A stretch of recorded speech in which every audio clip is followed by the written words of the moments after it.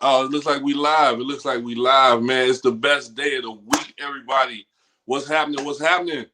Josh Davis here. Hey, if y'all can see, I'm a little more lively this time, man. I'm a little more lively this week, man. I feel better. I had a bout with that nasty disease that's going on in the world, man. So last time we did this, I was not feeling good at all, but I'm happy to say that I am back. I'm up. I'm on 2 feet. I'm feeling good. You know what I mean? I'm back to myself. So we're going to get back to our show being what our show is. So with that being said, welcome everybody to episode 6 of Brown and Balance live on the Portland Cocktail Week Facebook page. I was trying to do the little, like the baseball crowd when they come in or whatever.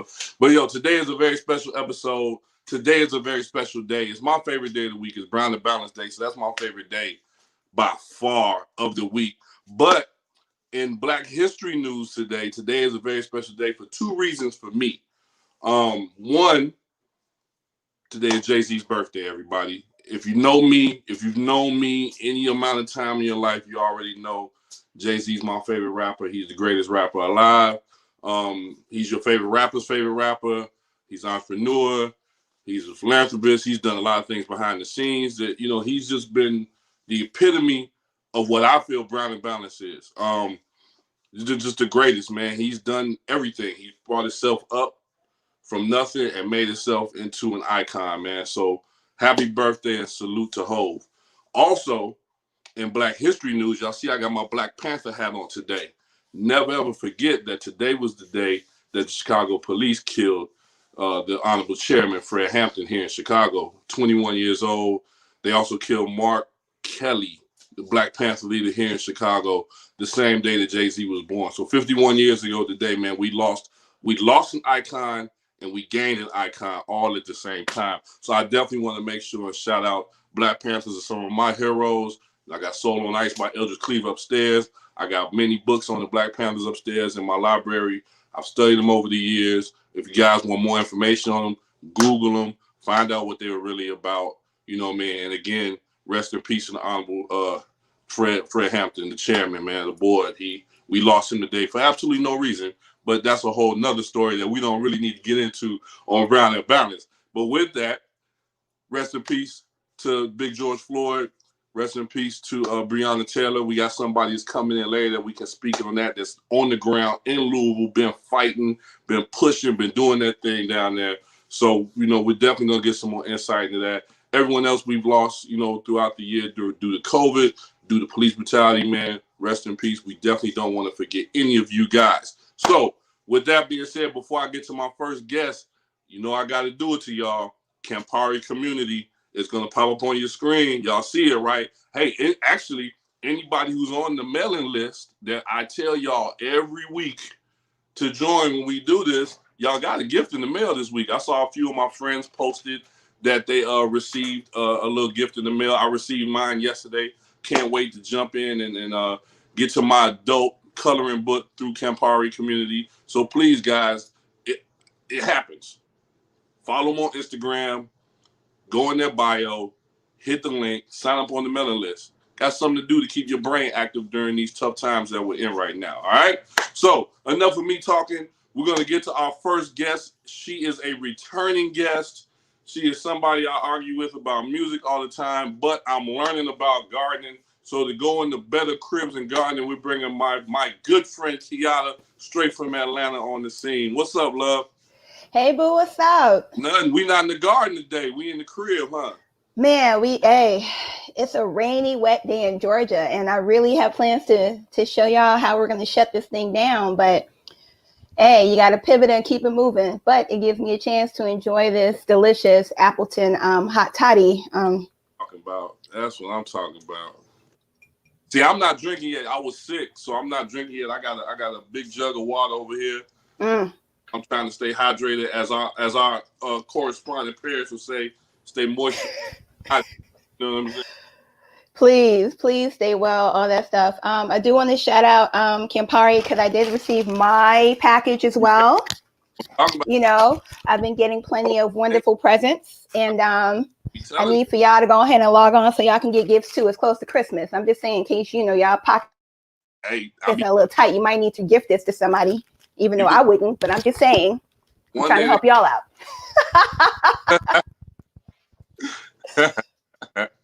Straight up. So what we got? What we doing today? What's going on?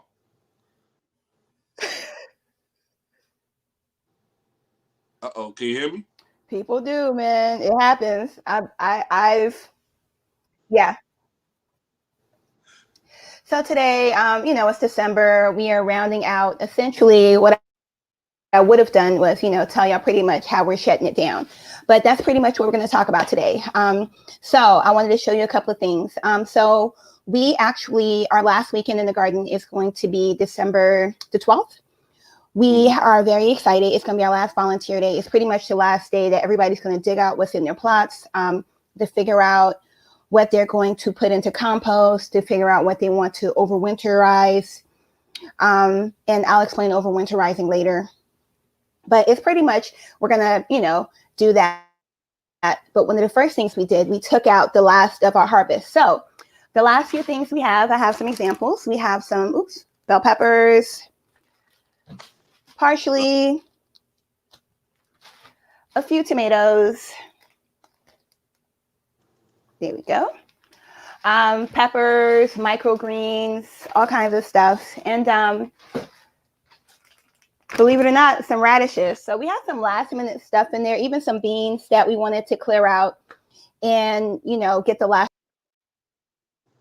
Uh-oh. Hey, you know what? It's live, y'all. I think we lost Keyatta for a second, but we're still here. We still rocking. So what we'll do is we're going to try to get Keyatta back. But in the meantime, we get Keyatta back. We're going to just go. Oh, wait. Is she back? Am I back? All right, cool. You back?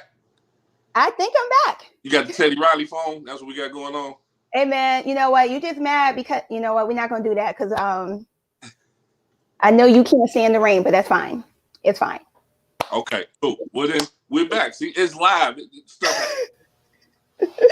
But yeah, so generally we picked out everything we can do. And depending on where you are in the world, on where you fall on the zoning chart, we're in Georgia. So we're 7B/8A. That means our growing season is a little bit longer. So there are things you can still plant in December, which, believe it or not, is true. Now, if you do live in a colder state, like say New York or somewhere up north that's a little bit cooler, and you have the ability to create a kind of makeshift greenhouse to keep your plants warm, then you can totally still continue to grow.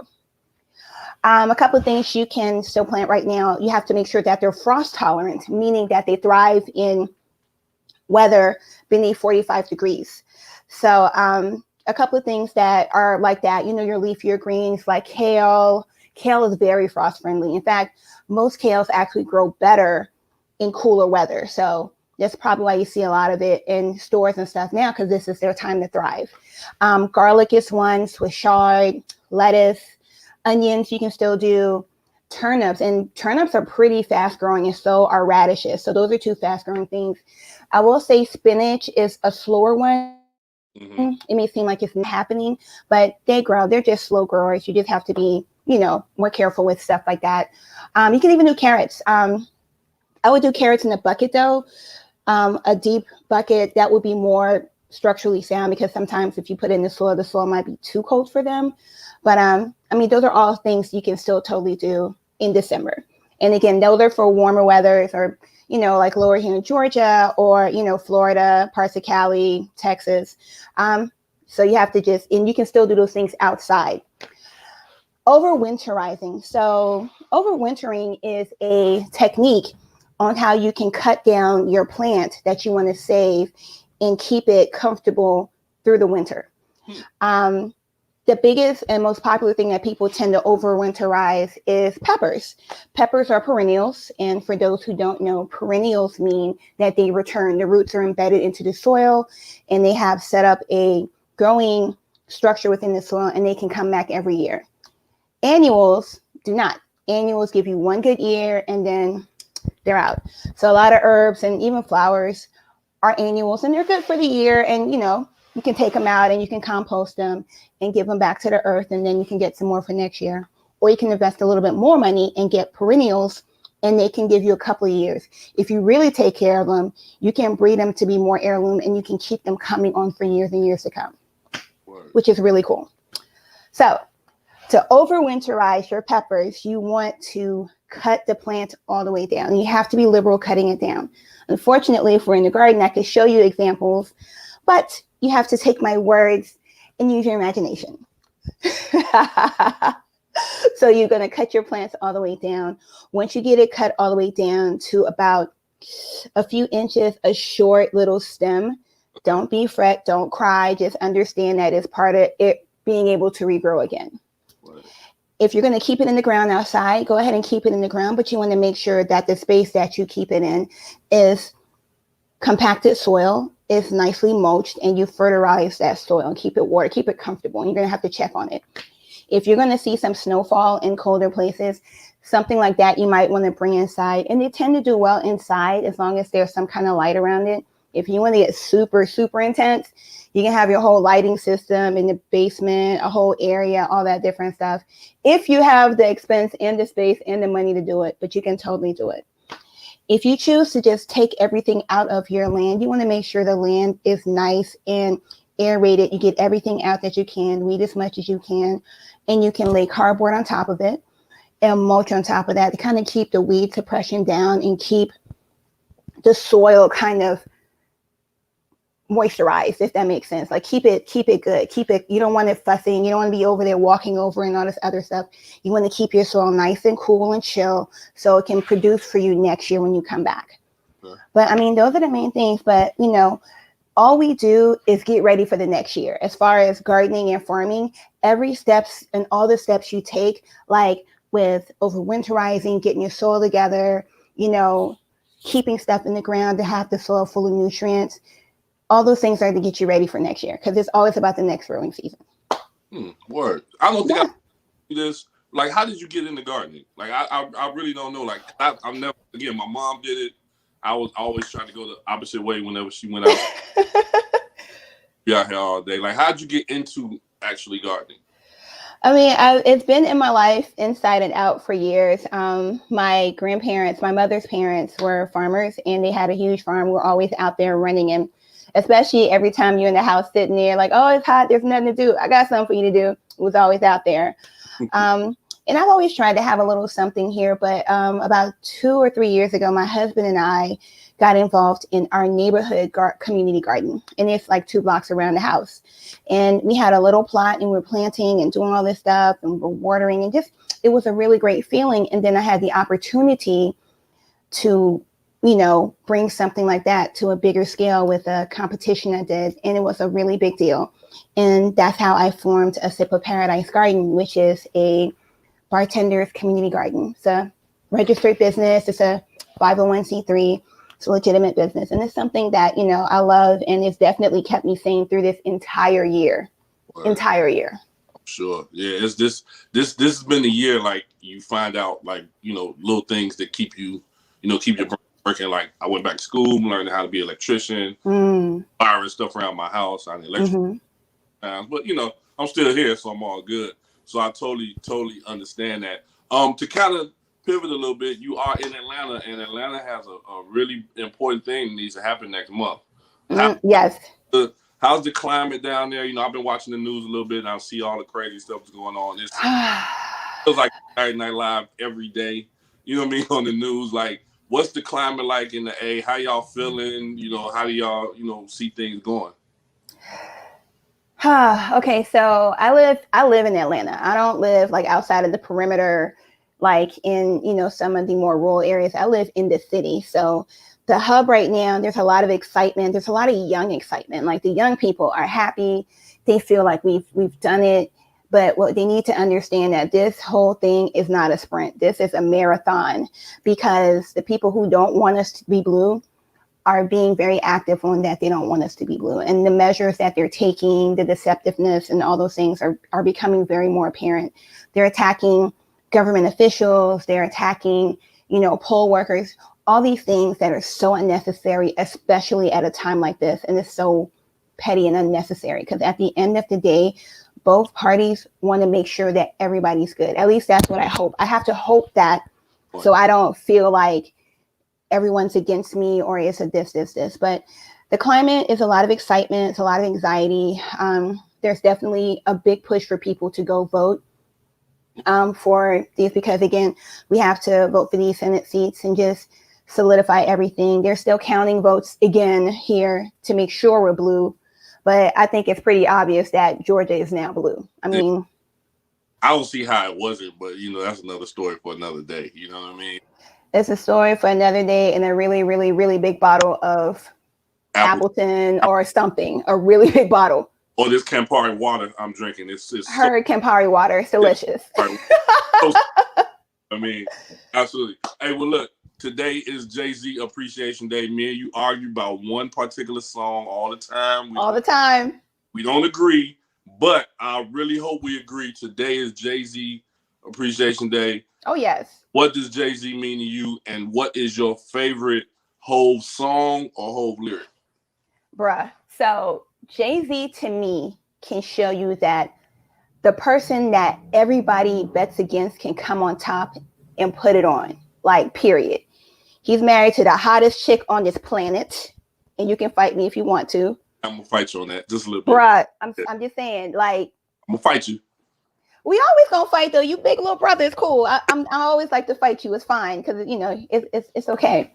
I mean, and his words and everything he's done for this community, and even in his lyrics on his later stuff, is more so telling you how to get like he is, as opposed to what it was in the beginning. So you can also see the evolution of him as an artist and a man and as a person. And it was funny. Somebody was like, "Man, Jay-Z getting soft." Jay-Z's not getting soft. He doesn't have to do this. He doesn't have to do any of this, but he's choosing to do this. You know what I'm saying? But I'm a huge fan. Dog, so many favorites. So many songs, yo. Like, albums, like, I think The Story of OJ is my favorite. That's what I've been listening to. It's a little militant, it's a little hard, but I mean it's real. It's super real. It's very real. If you don't understand the story of OJ in 2020, you just ain't gonna never get it. You will never get it. Because he basically just told us, like, it don't matter what you do, it don't matter how much you do. Certain people in this world gonna look at you that way no matter what. And see you as that, period, and nothing more. Yeah, absolutely. Nothing more. But yeah, that's a powerful song, and I wish more people would listen to it. I understand it is a very curseful song, but I mean, you have to tell the truth. You got to rip that bandage off, because so many people are living in the bubble and think that they're immune because they think they're OJ, and nah, bruh. Oh, bruh. It don't matter. Yeah, I'm like, if this year hasn't shown it, I don't know what will. So. But yeah, that's my number one Jay-Z song, man. I've been crushing on it. But at least we can agree on Hov. Thank you very much.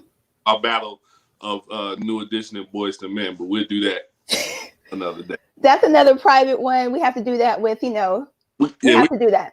We gotta be able to curse when we do that one. We gotta do that. And drink. Hey, well, look, we're coming to the end of season 1 of Brown and Bounce Live. You've been on about 3 or 4 episodes. Thank you for your time. Thank you for the tips you've given us. I appreciate you. I definitely am gonna have you back on season 2 when we do season 2. And definitely want to keep getting know things about the garden, know things about you and all that. I just want to definitely show my appreciation to you being a part of this. Any closing things you want to do? Because it's the last actual live show we're doing. So any closing thing, tell the people how to find you, anything you want to share with everybody that's watching?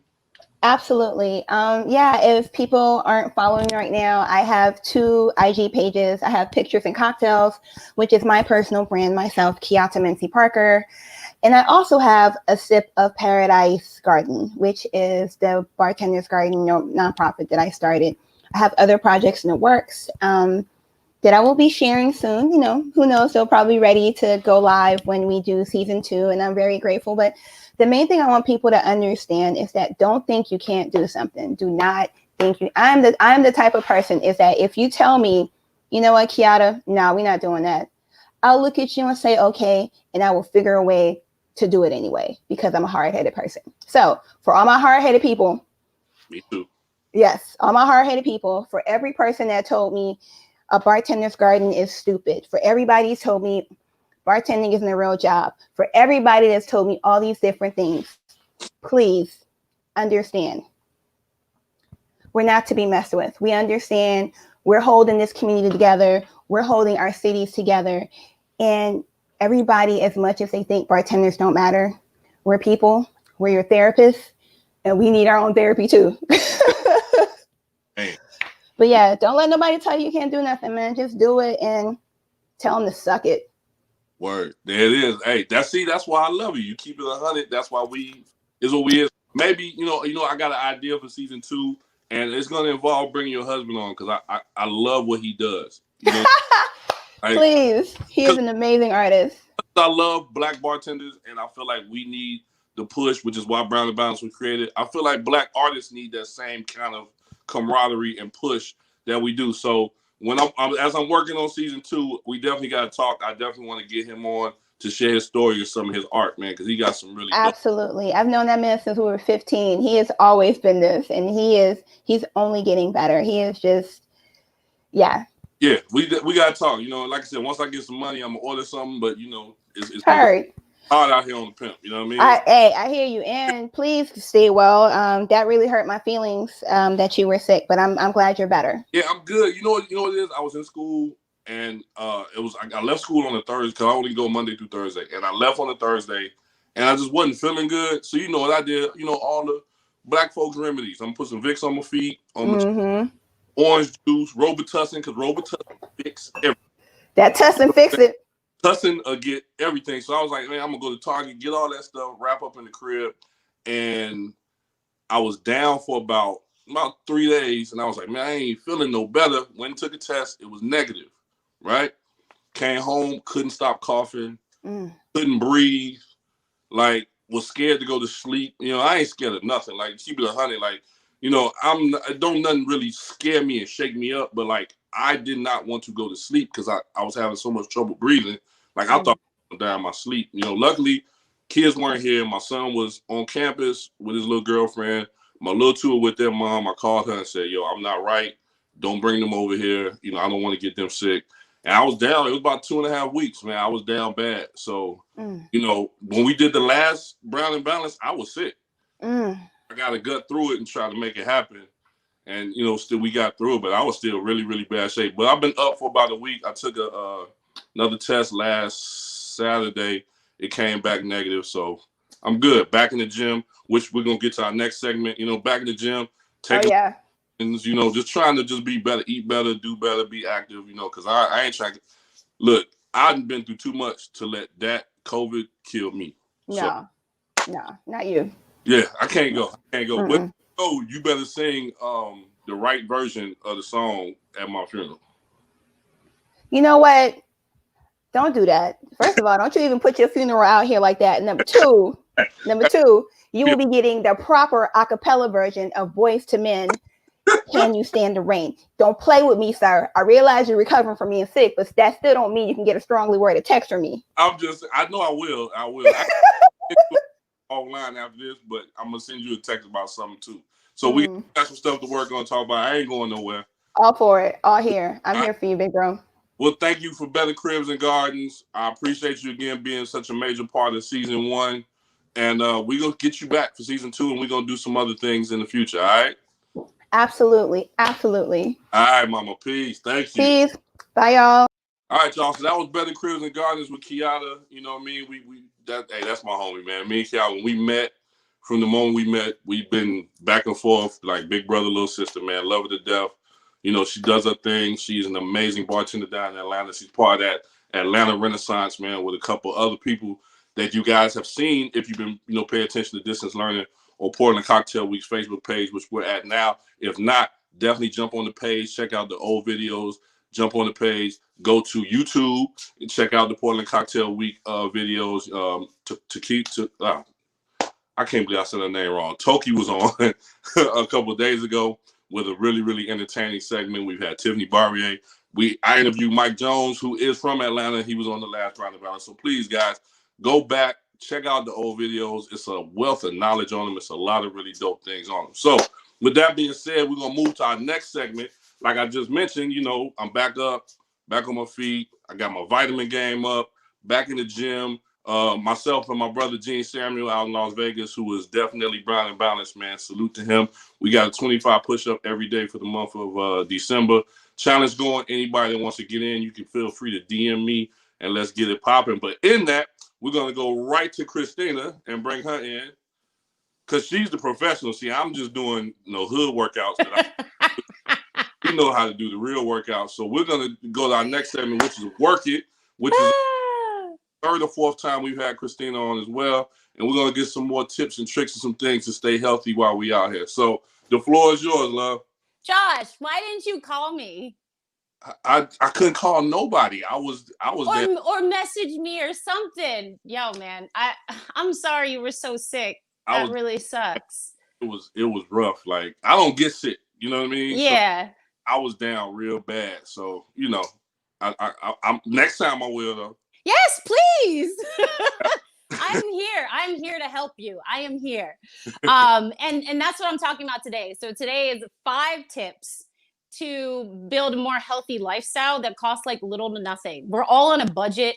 Some of us are still collecting unemployment, or some of us are just not getting anything. And we want to be able to be healthy without having to pay for a gym membership that's going to cost us $150 a month, or having to buy a whole bunch of organic produce, which is great, but we might not have the money for that.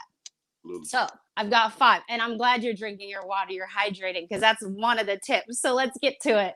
So 1 tip out of the 5 is hydrate. You guys, your body loves water. We are 60% water.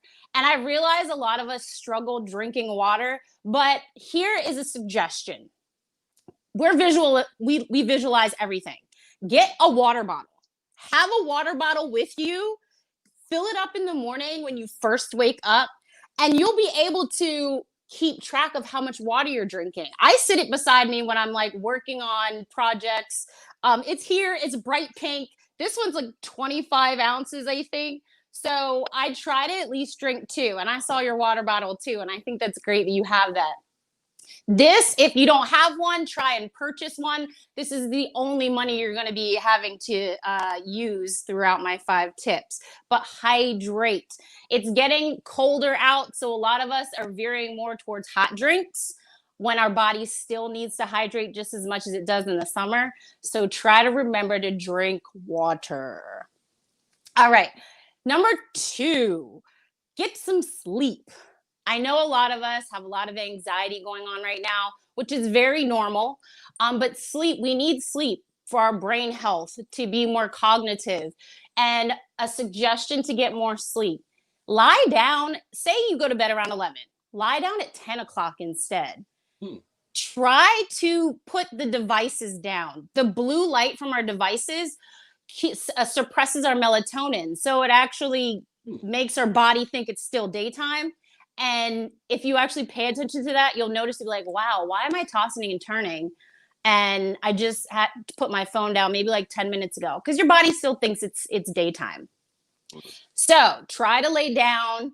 Once you're horizontal, your body's going to be like, oh, it's that time. Well, fabulous. I get to go to sleep, because we need rest, rejuvenate.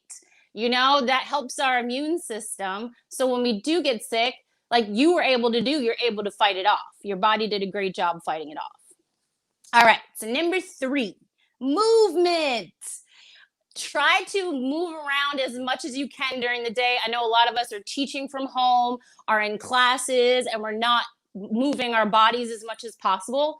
If you can at least get in a 10 to 15 minute walk outside, get some sunlight. Remember, we talked about vitamin D last week. We need vitamin D.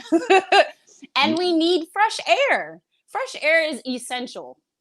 So try to do that 10 to 15 minutes. If you have a dog, use your dog as an excuse. Or if you have kids who need to go outside and play with them. That will rejuvenate you 100%, and you will feel so much better. Number 4, be social. What are we doing right now? I'm excited that I get to talk to you, and you're all the way in Chicago. Exactly. Be social. Being part of a community is very, very important. If you can, I know a lot of people during the holidays are used to going to, Christmas parties, seeing their family on Thanksgiving and Christmas. And I know Kwanzaa's coming up and Hanukkah. But if you can't do that, do virtual parties. have a virtual happy hour. Some of my friends were doing that. And, get yourself some, I've got some Campari on the rocks. So. Absolutely. But yeah, be social, because that rejuvenates us as well. When we're around people, we feel like, we have a purpose in life. Okay. And then number 5, reduce stress. You can get a 2-for-1 going on a walk. Going on a 10 to 15 minute walk can help reduce the inflammation in your body and alleviate some of the stress that we're feeling through these difficult times. So try your best to meditate, go for a walk, take 15 to 20 minutes to read your favorite book, just to get out of your head and reduce stress. What? So those are 5 tips that you can do that cost little to no money. If you already have a water bottle, you're already $0 in. Yeah. So even with water, right? So I've been doing research. Like when I was younger and was playing sports, we didn't care. We just drank water, did whatever. Yeah. I heard you're supposed to try to do at least a gallon a day. So that's been my goal, is like to do a gallon every day. Is there like I heard something I was just Googling, messing around, where it's like you could drink too much water? So technically, yes, but the majority of us never really get to that point. You normally have another medical condition that can cause an influx of water, and then you'll see like edema where people's limbs are like swollen. But most of us end up excreting it out, or you're sweating. Like I just sit in my apartment and we got hood heat in here and I sweat in my house. So the best way if you're trying to have a actual goal on the amount of water you want to drink, you have a gallon. That's awesome. Go with your weight. So I'm 160. Divide that in half. So that's 80 pounds, and then just turn it into ounces. So 80 ounces. My goal is 80 ounces a day. Okay. But the majority of the time, I don't even get to that. But just having that number gives me a goal to look forward to. Right. So I get close, but I never really actually get there because I'm just doing so much. Yeah, it's like that with me with the gallon. Like I'll get right there to the end, and then, it's going on into the next day, and I just refill and just start back over. So, but it's a tangible goal. You're able to see it. You're like, hey, I just drank this much water. So you're being cognitive. So that is the first step. Word. Is there any other vitamin? So I remember last time we talked. So I do vitamin C now. Yes. Vitamin D, and I got some D3. Is there any other vitamins, any other things that we could use now, especially for us in colder climates, to use to kind of keep our immune system up? It's basically those 2 are the most important. Getting in as many fruits and vegetables, because they automatically have phytonutrients that will help your immune system. So vitamin C and vitamin D are the most important. And we have to have vitamin C every day because we excrete it out. It's a water-soluble vitamin, so that means it just goes out with the rest of the waste. Now, vitamin D is fat-soluble, so we don't necessarily need that every day because it actually stores in our fat cells. Okay, cool. See, I ain't know that. See, that's what's up. I got you. Look, thank you for the tips. You're welcome. I need them because I'm, the bachelor life over here. It's rough over here, man. But as I asked Keyatta, I gotta ask you. It is Jay-Z Appreciation Day. Yes. Favorite rapper. What does Jay mean to you as far as what he's become? Song, favorite lyric, that you can say online without cussing. It's all on you now. Okay, so what Jay-Z means to me is the ultimate entrepreneur. As an entrepreneur, I'm just trying to take any little piece of information that I can gain from him, because he has come a long way. He realized his platform was music, but now he's been able to accelerate his brand. And then being married to Beyonce, they are just like the perfect partnership, and they are taking the world by storm just by being able to own their own rights to things, being able to set their kids up. That is phenomenal. So yeah, when I look at him throughout the years, just where he's come and how he's just showing how he can actually take control of his life and being able to build for the future generations behind him. The one song I do remember, so when I was in college, I got introduced to the Blueprint. I wasn't allowed to listen to a lot of rap when I grew up. So, so my boyfriend in college, he introduced me to the Blueprint, and I remember The Takeover. And I was actually listening to that maybe like a week ago, just realizing what he was talking about is exactly what we're going through right now. Again. So that just really spoke to my soul, just for what we're going through as Black people right now. I agree with you completely. I've been a Jay fan since '96 when I was in high school. Like, I remember, I mean, I can say it now, but I cut school to go by Reasonable Doubt. There's two albums I cut school for. I cut school to go by Doggy Style by Snoop, who's yes! We're going to talk about Snoop one day, too. It's also a legend. But I left school, went to the mall, bought the album, came back to school. And then I did the same thing in '96 when Reasonable Doubt came out. And I just remember, like, my mind state and some of the things I was doing, listening to Jay at that time, it was like, yeah, you can hustle and you can, you know, get busy and do whatever you're doing, but always think about your end game, right? Like, I don't think he saw it being what he has become. Yeah. Like you said, he had that goal, like, I'm not going to do this forever, but I'm going to make sure I set myself up some kind of way. And, like, just watching the moves he's made over the years and just watching some of the things he's done, you know, I don't agree with all of them, but I understand why he did. You know, he's done some of the things he's done, man. Like you said, ultimate entrepreneur. He's your favorite rapper's favorite rapper. He's helped so many people behind the scenes. He's done so much stuff for our community behind the scenes. Like, he's a true epitome of what I feel Brown and Balanced is. I love how you said that. Yeah, I totally agree. Yeah. I mean, he's bringing up people. You know, like, one of my favorite lines is like, you know, long as Bleak is alive, he'll be a millionaire. And that was his man from the hood, and that was his homeboy. And while Memphis Bleak is not the greatest rapper ever, he's making sure that, hey, this dude been loyal with me. He's been down with me. I'm going to make sure I put him in a position to where he's going to be straight for the rest of his life. And that's one of the most honorable things I think you can do as a friend to another friend, is to use your platform, like we do on Brown and Balanced, bring them on your platform to boost them even past you in some instances. 100%. Passing the torch. Yep. I mean, nowadays, it's not about us anymore. It's about the generations behind us and just being able to build a larger community than the ones that we're in currently. And I just want to pass the torch, man. Absolutely. So I got to ask you too, like I asked you, how is it in DC? I know, you know, the trap house is still bumping. It's actually pretty quiet. Really? Yeah. Nothing crazy has gone on. Yeah. Here, quiet. It's just kind of like the moving trucks is coming and dude finna get up out of there. I hope so. So we're still in stage 2. So all of that down there is still shut down. So there's no reason for anyone to go down by the White House, to be honest with you. So most people aren't trying to see if he's moving out, but that should be happening. Like that you don't need to stay in there. It's time, sir. It's time. Yeah. All right, cool. Hey, well, look, Christina, I appreciate you being a part of season 1 of the Live. This was a brand new project we did that I didn't know exactly how it was going to go. I was taking what we do on Instagram and bringing it here.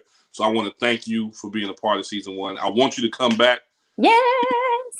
And give us some more tips and tricks, because you're definitely helping me out. I've definitely implemented some of the things you taught us about on here in my personal workouts and lifestyle and stuff like that. So I appreciate you. Thank you.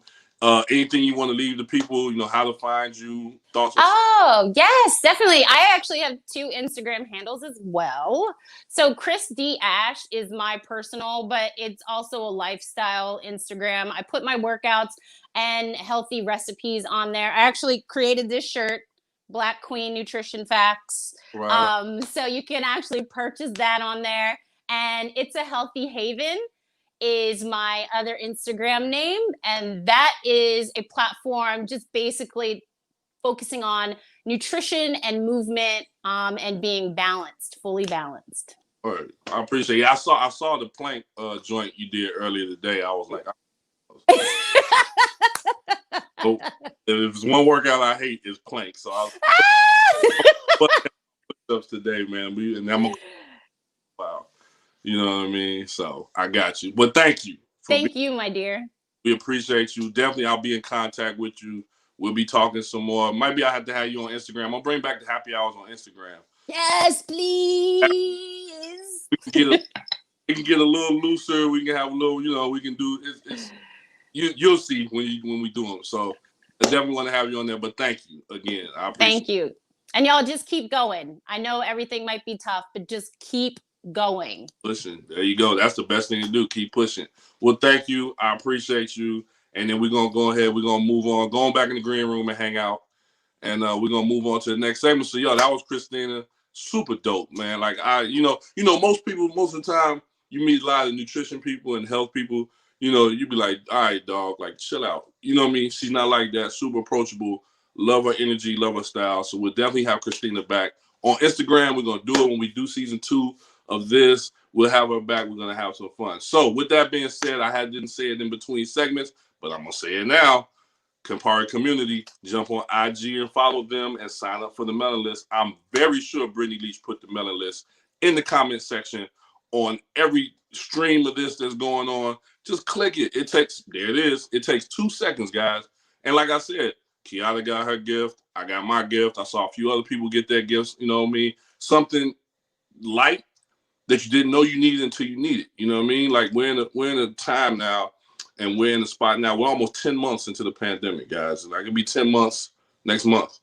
You need to keep your brain active, right? You know what I mean? Like just digesting the news and digesting all the crap that's on TV with dude, I can't say his name, but with dude that live at 1600, you know what I mean? Like digesting all that stuff, it wears on us. Like Christina said, trying to get stress out of you, and that stresses us out. They sent us a coloring book, man. I can have me a Campari and soda, and I can color. I ain't colored in 30-something years. But guess what I'm going to be doing this weekend? I'm going to turn the TV off. I'm going to turn my devices off. I'm going to take a break from social media, and I'm going to jump in my coloring book and have some fun. You know what I mean? So please, guys, get on the mailing list. Like I said, I didn't know I needed that till I got it. And then I got it.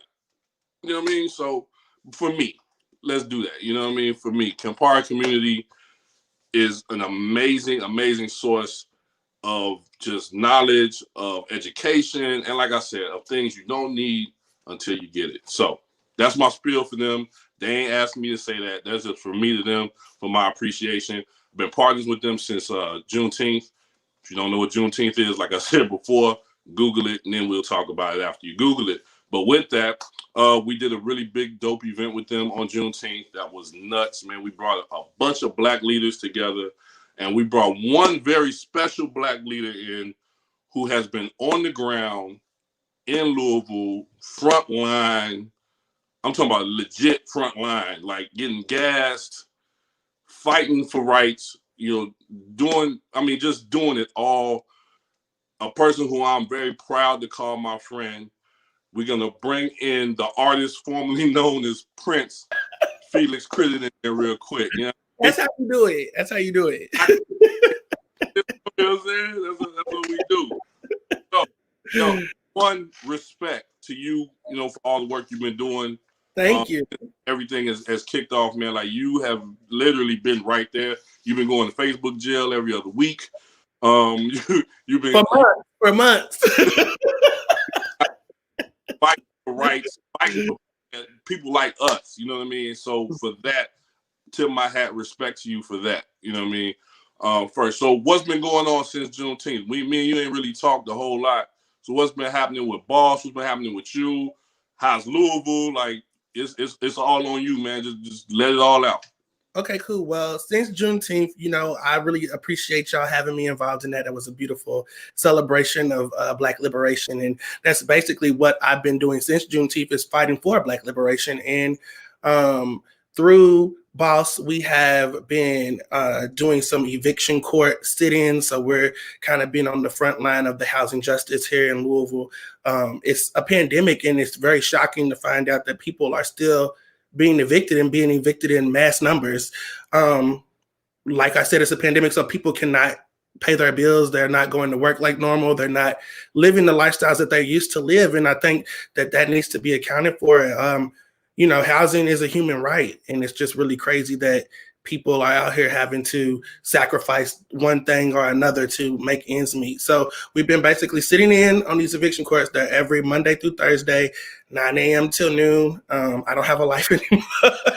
I don't think I've had a life for a while, but I haven't had a life anymore. So that's what we do. We document and we kind of hold these judges and these landlords and these shady attorneys accountable for these kind of round the way antics that they're taking to get people evicted.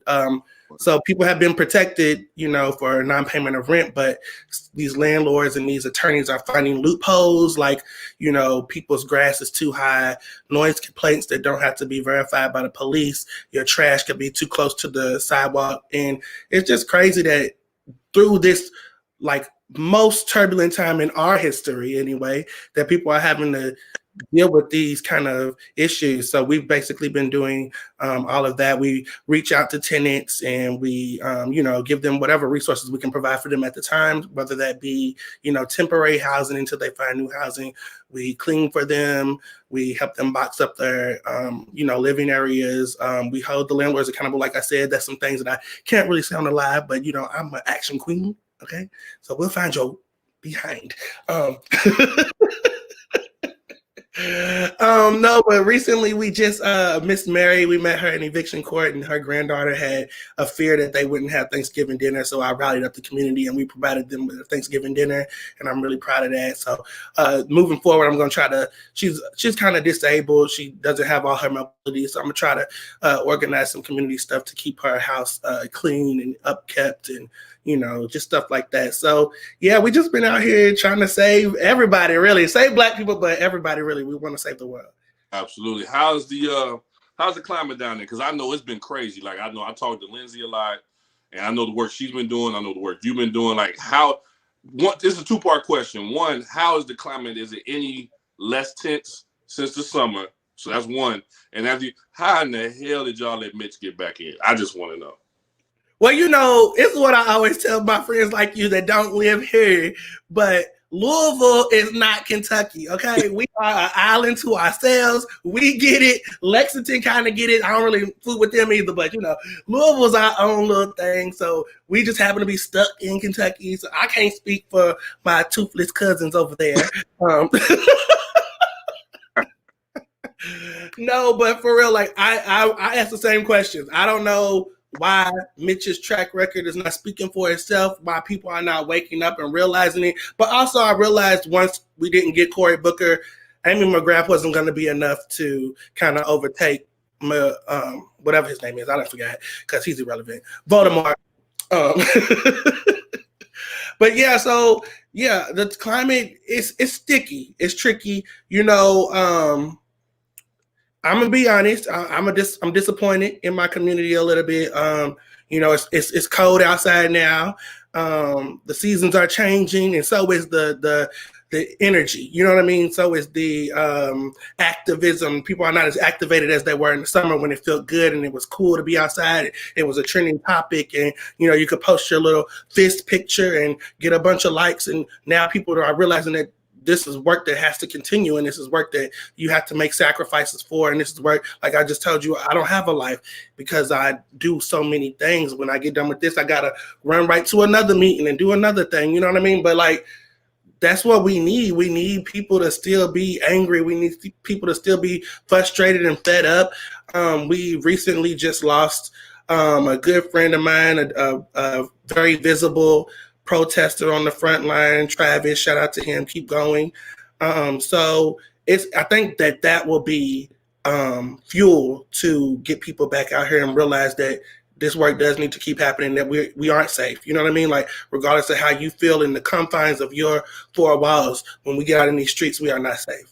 Absolutely. I feel like people feel like because of the election, like everything's over with. And it's like, oh, it's better. And it's like, no, it's this.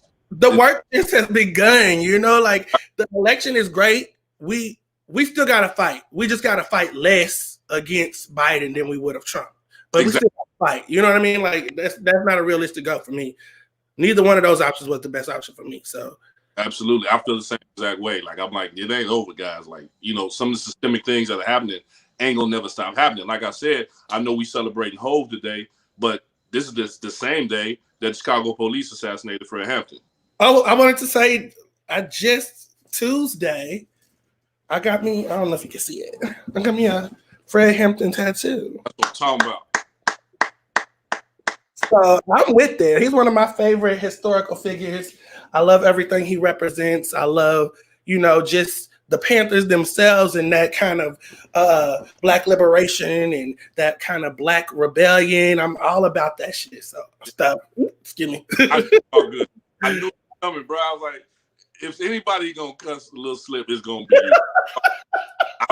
But me, you know what I mean? I'm sorry. I'm at almost 7 hours of camera time without cussing. I'm very proud of myself. You know what I mean? From that, and but I had told you before. I'm really gonna try. Oh. But no, that's the truth. It's like that stuff was happening. 51 years ago. That young was laying in bed asleep next to his pregnant girlfriend, and they assassinated. Police killed him. They didn't kill him. They assassinated him because of what he represented and what he was getting ready to do in our community. And that's why I don't think they realize when they do that kind of stuff for us, they're doing the opposite of what their goal is to silence us. And what they do, like when they kill a Breonna Taylor, or when they kill a Travis, or when they kill anybody who they think is going to keep quiet, is they're really planting these seeds, and you're going to have to deal with more of us, and we're watering these seeds, and we're growing, and we're free thinking, and we live in this world, luckily, that our ancestors didn't have. We have access to so much information. We can educate ourselves. We don't need y'all to tell us your truth. We can find our truth, so it's just it's beautiful. I just love what's happening in the world, and I'm just I'm gonna keep fighting. Yeah, I see the change coming. It might not happen in our lifetime, but I feel like something at some point is gonna flip. It might not be my kids' lifetime, maybe their kids, but it's gonna happen soon. So I'm just again, like you, I'm gonna do whatever I can to keep the fight going. So absolutely. So the lighten the mood again is Hove Day. Shout out to Hove. What do Jay mean to you? Favorite Jay-Z song, lyric that you can share? What you got? Well, before I go into that, I want to say that I got the Hard Knock Life Volume 2 CD when I was like 8 or 9 years old for Christmas. And this is my mama. She looked at the back when I opened it. She's like, money, cash, hoes. Oh, no, this got to go back. So she took it back. So I just want everybody to know that there was a time, I wasn't spinning Christina Aguilera and Beyonce and stuff. I was trying to do Jay-Z. So y'all blame my mama, okay? So but no, so Kingdom Come, there's a song on there, Beach Chair, with Chris Martin from Coldplay. And there's a line, I think it's like the first line actually, and he's like, life is but a dream to me. I don't want to wake up 30 odd years without having my cake up. And I just have taken that since, I think it came out when I was in high school, and I have just taken that with me through my whole life. Like I just always wanted to be very intentional with my moves and in the way that I went about business and love and life, so I definitely keep that line in the back of my head at all times. And I think that Jay-Z just represents, there's a lot of Black success stories, a lot of Black wealth, but there's not a lot of Black equity. And I don't think a lot of Black people understand what that is. So that's what Jay-Z represents to me, the definition of Black equity and generational wealth. His children will never have to want for anything. His children's children will never have to want for anything. You get what I'm saying? Like he set up not only himself, and I think that's what a lot of us think like, is how do we set up ourselves? But we have to think about how do we set up the people that we bring into this world, or that we're responsible for, or that we're around our communities. So that's what Jay-Z represents to me. Word. That's dope. Okay, so two things. One, you just made me feel real old. In fact, Hard Knock, he was like 8, and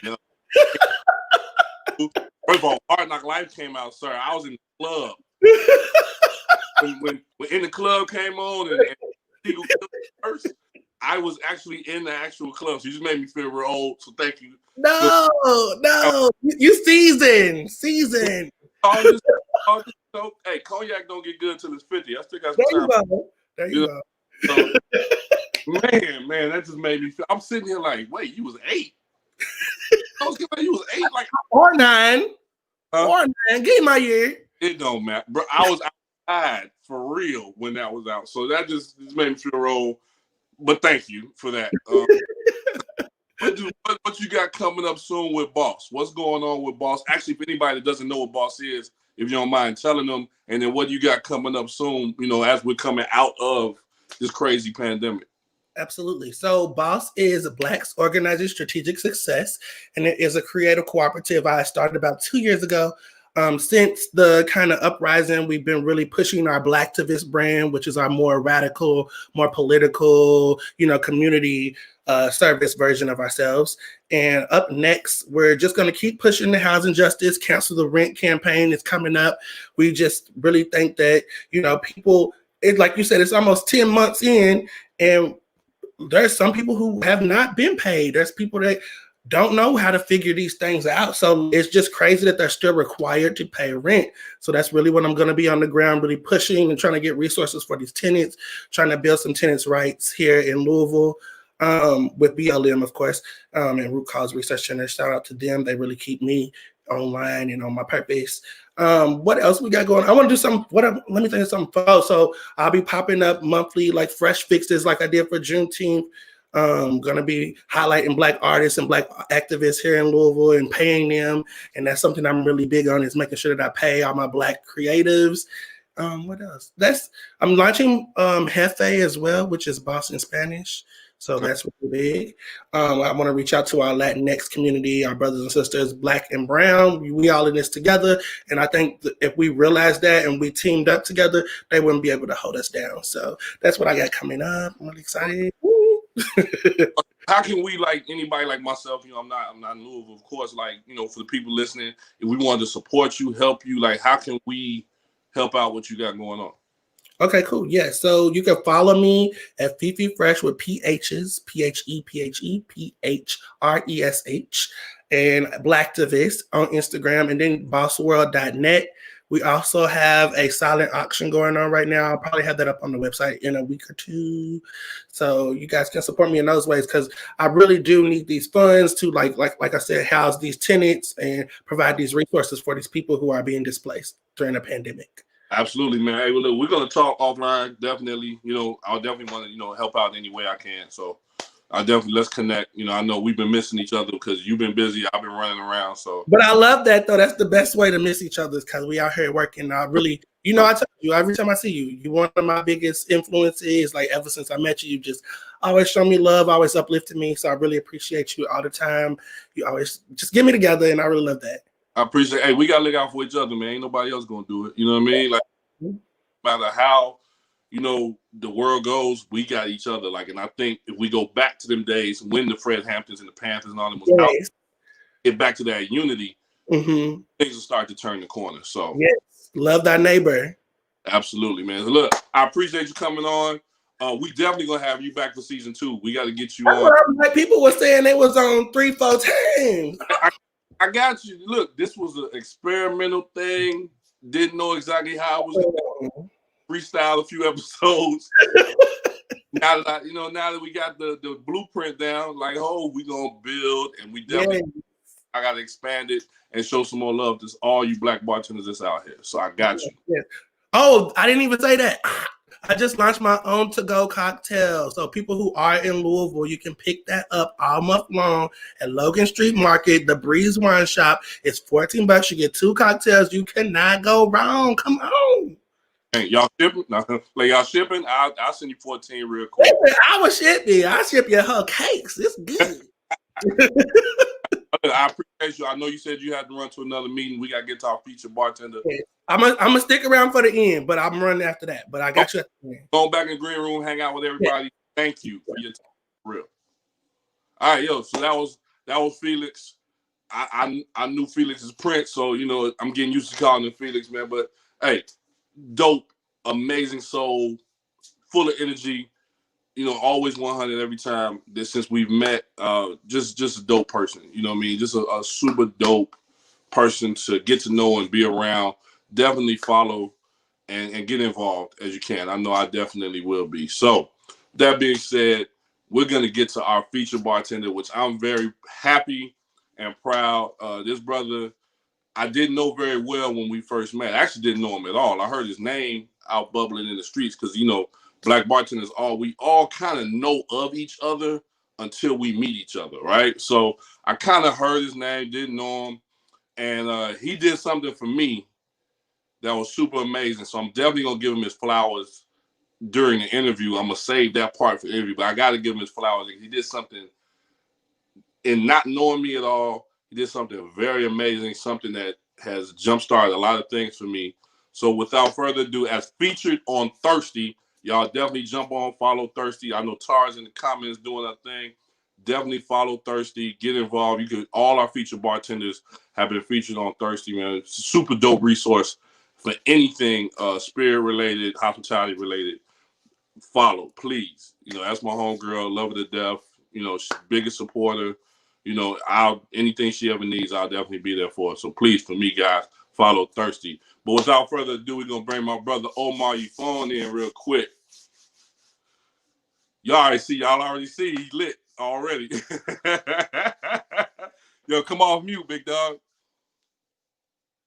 You muted right now, man. You still on mute, bro. There we go. Hey, what's there up? we go. There we go. This technology is catching up with me, all right? Hey, look, I'm going to let you just get right into it. I'm going to give you flowers in a minute, but I'm going to let you get right to it, man. I read your article. I found out things about you I didn't know in your article on Thirsty, man. I didn't realize how well-versed and traveled you were in this industry, man. So why don't you let the people, I'm going to get off screen and give you the screen and just tell the people your beginnings in the industry, how you got in the game, some of the things you're doing. Well, I don't know. My name is Omar YeeFoon. I've been in the bar industry here in North Texas for, a couple of decades, starting off as a bar back in in an Irish pub that I love called the Dubliner, all the way through this cocktail movement that we all find ourselves in, to the point now, here we are. I own this fantastic cocktail bar, vegan Latin American restaurant in Deep Ellum in Dallas called Shoals. That's where we are. It's kind of a sketchy time right now, I'm sure. You've talked a lot to people that are in the same situation that I'm in. Yeah, absolutely, man. It's rough out here, man. So wait, y'all are vegan now? So no more? Oh yeah. No more of the sandwiches? No, man. Like, remember that bologna sandwich? Oh no. Oh, all gone. So let me tell you what happened. So when we shut down here in Texas, they shut down all the bars, all the restaurants, whatever. When the restaurants were able to open back up, I still wasn't able to open. So I could open and sell food, but I had to do it to go and take out and do all this stuff. But think about that sandwich. That ain't food people can eat every day. You know what I mean? Like, that ain't sustainable. And it wasn't sustaining my business either before we shut down in that light. So I've been vegan for mostly plant-based for 6 years myself. And so the menu already kind of leaned that direction. So I really just started thinking about, like, what's the thing, in a time of a pandemic, and like, what can people eat every day? Like, there's here in Dallas, there was a huge hole in our market that wasn't serving people like myself, especially once everything was shut down. So I thought about this one situation is like, hey, I think vegans need a really directed chef-y kind of restaurant in town. There are a few, but we're all still in the kind of budding stages. And also, I was also kind of projecting a little bit into the future, thinking that once everything also opened back up, I was also going to be, or could possibly be, probably not at this point, the only vegan restaurant with a liquor license.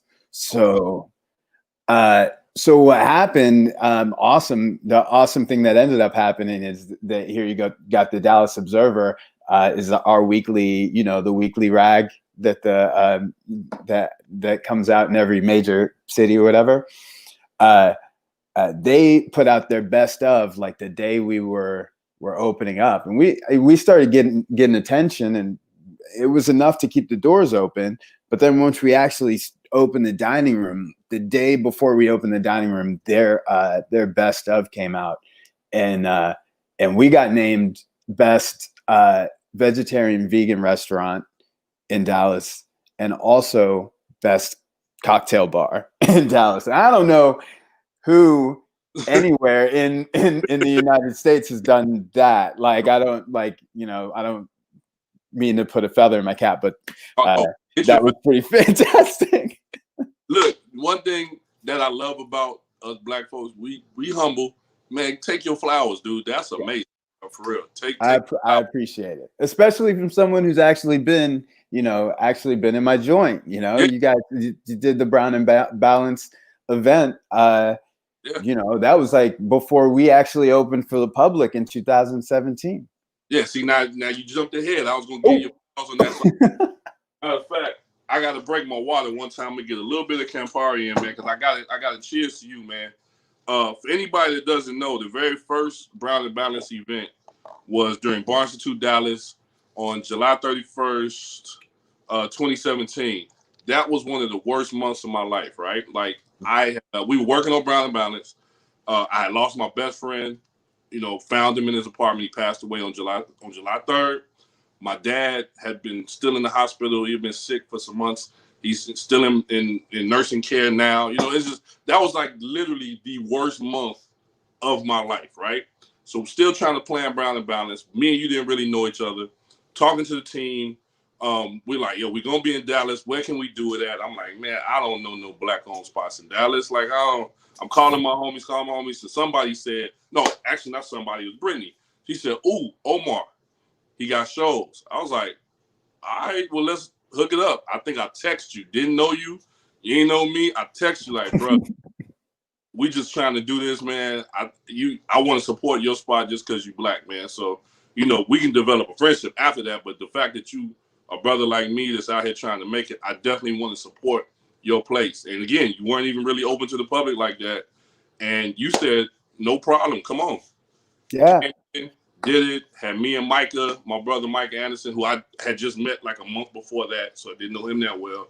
It was literally like, let's just do it and see what happens. And from that, which was birthed at your spot, is look at what we're doing now, man. So look, cheers to you, man. Thank you. Thank you. Cheers. You know what I mean? You're the inauguration of what Brown and Balance was. You helped us get to where we are now, so I appreciate you. You the genesis, man. I gotta give you flowers, man, for doing that. Well, I appreciate also. I mean, you guys helped me make a little bit of noise when I was trying to get my doors open. So, I mean, that was good to also open up, help open up the community, the service industry community to what I was trying to do, and yeah, I ended up coming out pretty good. 3 days, I was there every night. I was in. I swear the food hasn't skipped a beat. It's probably better. I mean, no, it's not probably. It is better than it was back when we. Yeah, I mean, that bologna sandwich was not the healthiest thing in the world. I mean, it was great. I remember I had the double one time. Oh man. Woo! Post some Snapchat videos of your bologna sandwich on the Brown and Balance Instagram. So Dallas been in the news this week, man. I gotta holler at you about what you think, man. The owner of True Kitchen. Oh snap! Dallas been in the news a little bit, my brother, and that's another black-owned spot that I would love to support when I'm down there. Now I have thoughts on what happened, but bar owner in Dallas, the climate down there. What's your thoughts on what happened with that?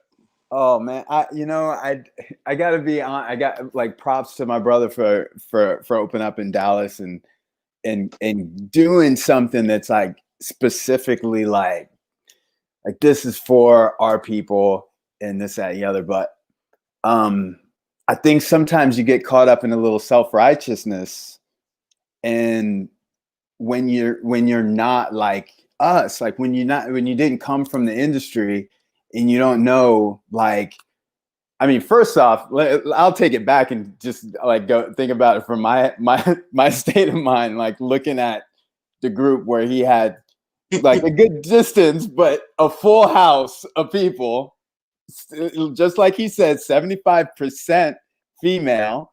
Like I'm sitting in my empty room and he's watching this guy reprimand his group for his guests for having a good time. I was like, I don't know, man. I don't know if our people want that. You know, like you can't be so self-righteous about what our people want. Like if you're gonna be opening a place for our people. I mean, like, I'll tell you one thing, our people don't want to be reprimanded. Absolutely. Not when they're trying to spend money in somebody's establishment. And you know, like, and that to me was, I think a little bit, you know, it showed how green he was in the management of this industry, you know. I don't think that sinks him. Look at the crowd that was in there. Now everybody's talking about it. But it did add a lot of humor to my week. Oh, I do. I woke up and saw it, like a couple people sent it to me, and I was like, I see both sides, right? Mm-hmm. I was like, as me too. Manager, business owner, all that stuff. I get it. I would have told the DJ this, like at our spot, me and Sherry's spot here in Chicago, we only play certain types of music.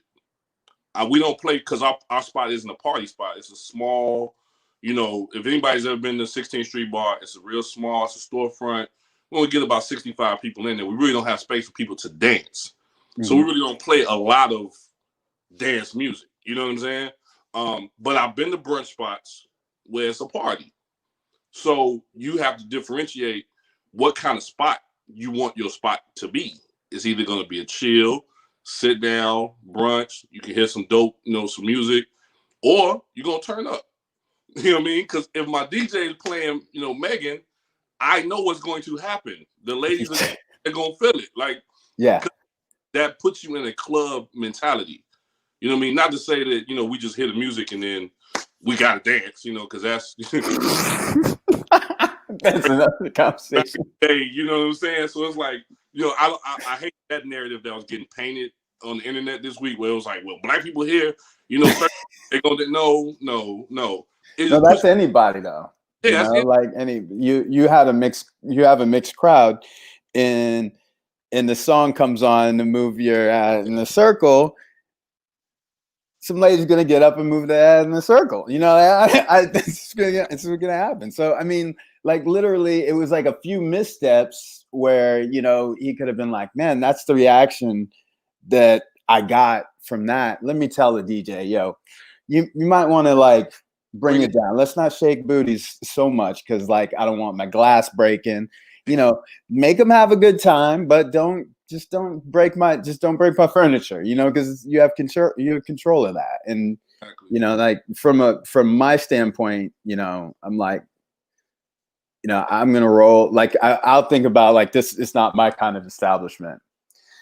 But if people get up on the tables and start shaking their butt, you know, like, you know, what am I going to do? You know, like, they're having a good time. No, what am I going to do? Just make sure they don't hurt themselves. But, you know, like, they're making memories, man.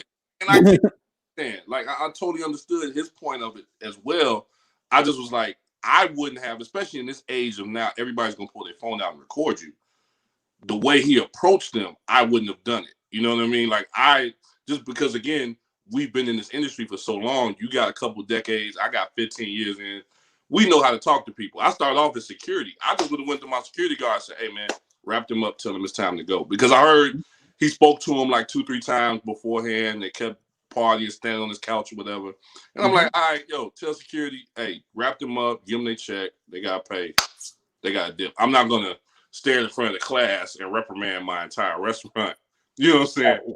You know, and you know, the end, you hear people check, please. You know, it's like, of course, they're like, oh man, I don't, I came here to support this black guy, but now I don't know, but now people are still going to come because maybe could have been a publicity stunt or something. I don't know. I mean, like that, somebody got the whole thing. But I mean, I guess somebody's camera was out filming the twerking going on. But I mean, I was looking for that video. I didn't get to see that one. I couldn't find it. I couldn't find it like that. That's what I'm like.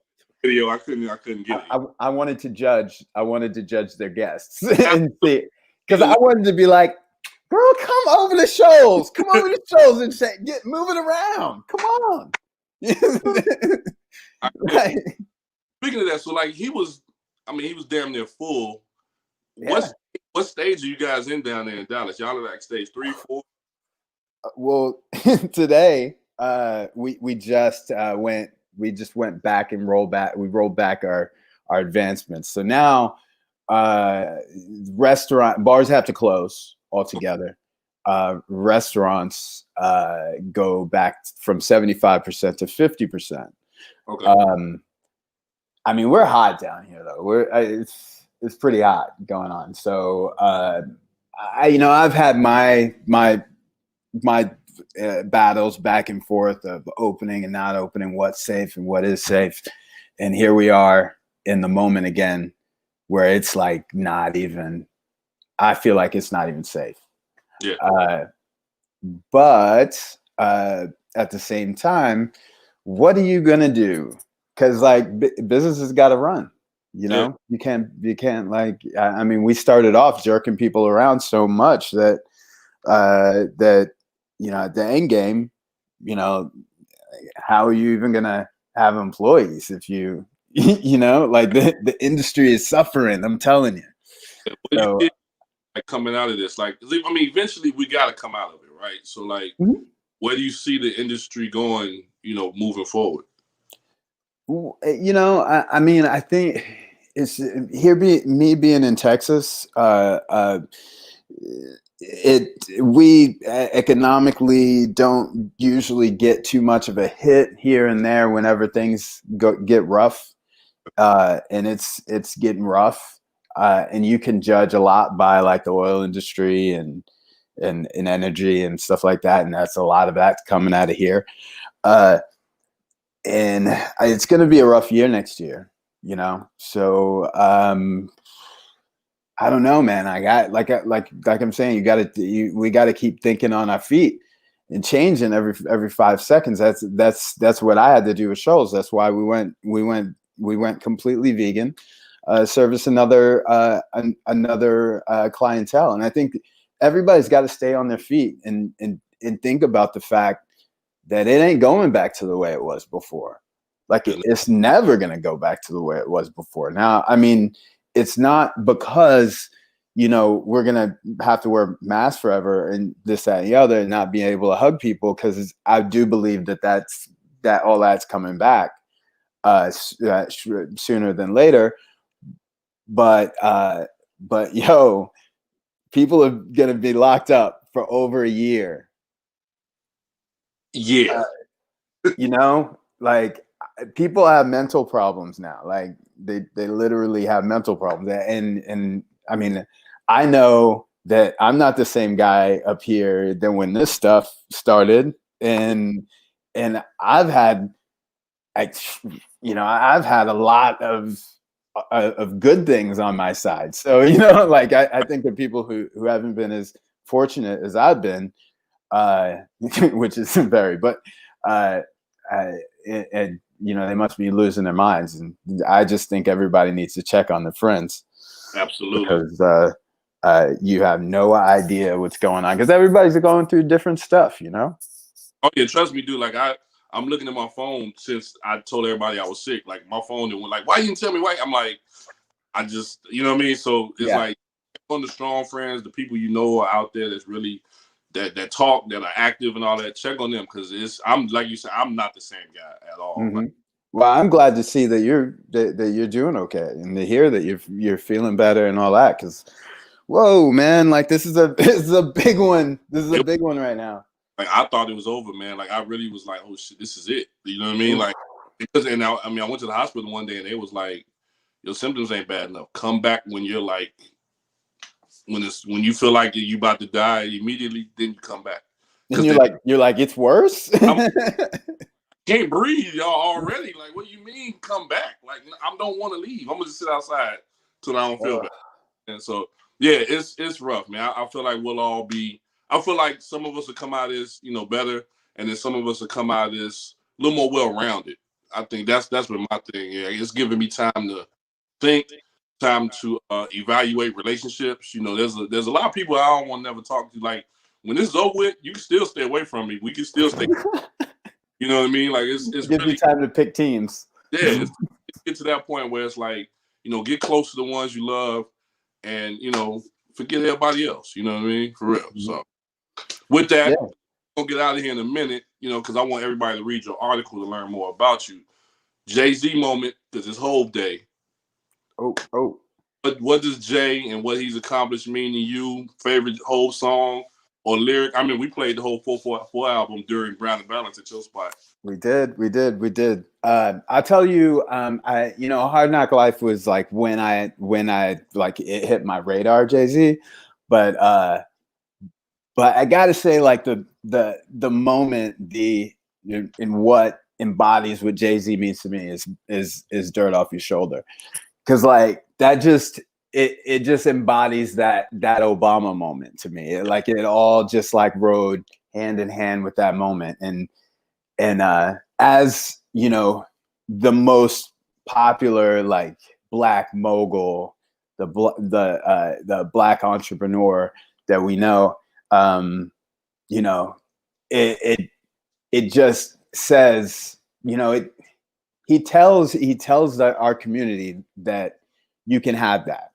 Not just you can have that, because that's just boring. That's like, you can, it's the American dream, you can do whatever. No, take what's yours, take what you believe you can have, because white people have been told they can do that all along. and that's the difference in our upbringing, is that we were never told, yo, you can have that. Just take it. Just go,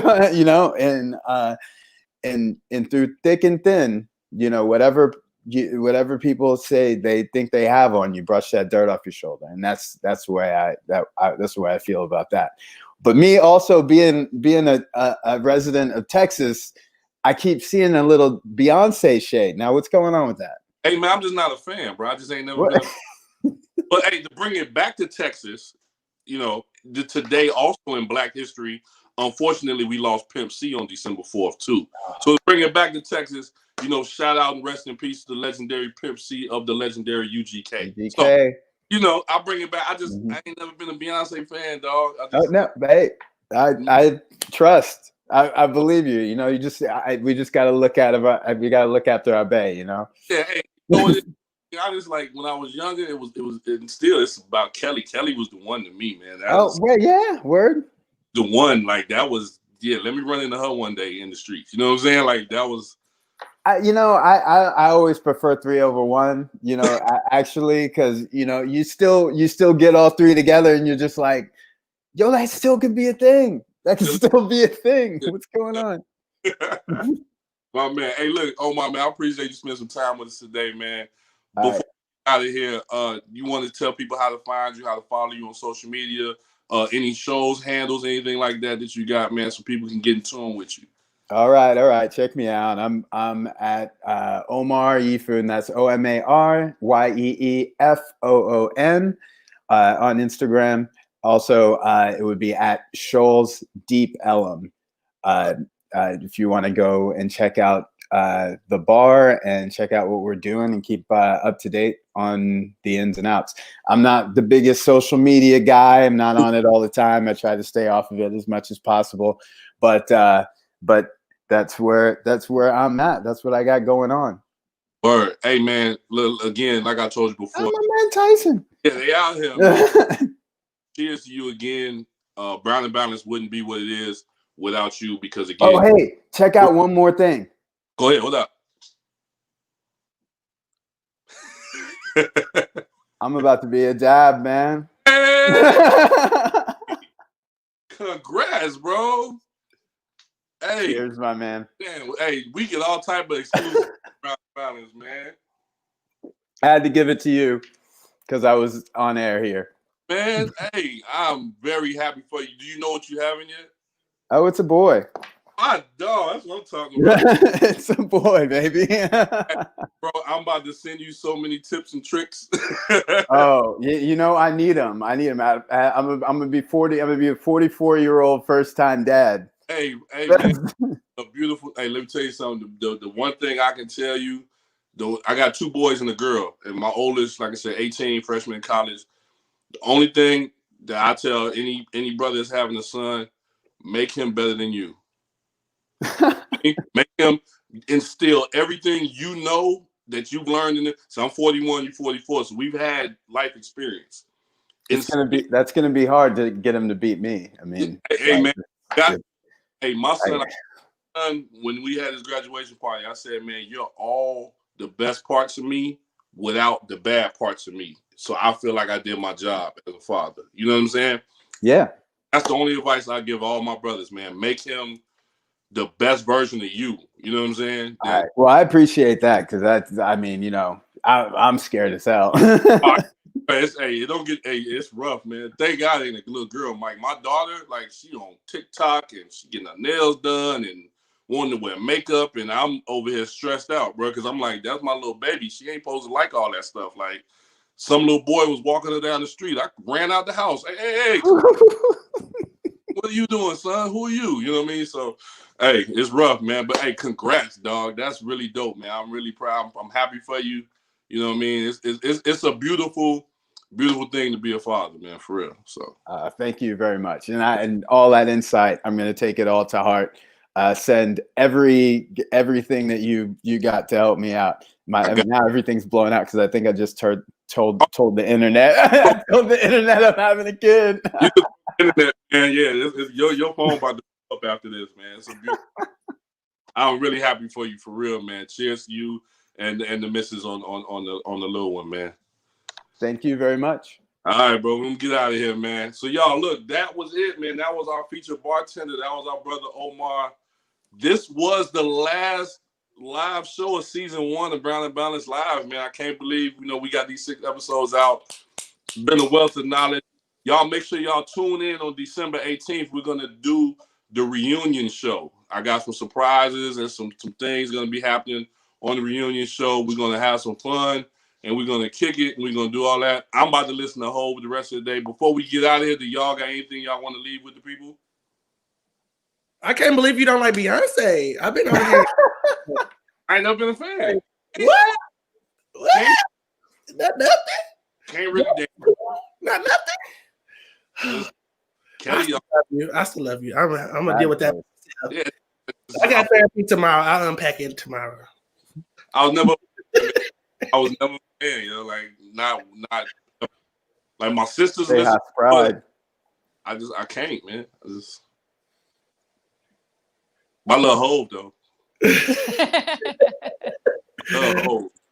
I want to leave the people. I do want to leave the people with this message. This is Black and Balanced people are white and uneven. I don't know what the other thing is, but I just want y'all to know that as we move forward with this global uprising and y'all want to get reactivated or stay activated, I just want y'all to really feel it in your heart that if you say Black Lives Matter, that means all Black lives, that means Black trans lives, Black queer lives, and just all Black people in general, all oppressed people in general. If Black people win, everybody wins. So I just want to leave you with that. Hey, I couldn't have said it no better. Christina, anything?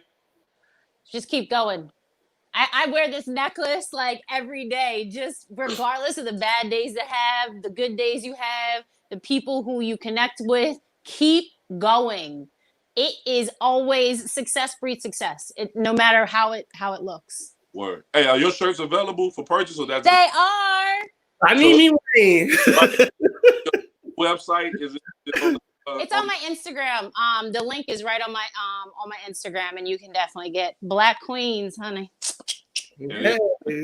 Y'all go jump on there. Y'all know how to follow it. We did it earlier, so y'all definitely support. Whether you know one or you support one, give it Or you are one. Or you are one. All right. All right. We out here, y'all. Thank y'all for y'all time today. I appreciate all y'all being a part of today. Thank you. Y'all And congrats, Omar. Congrats on the baby. Yes.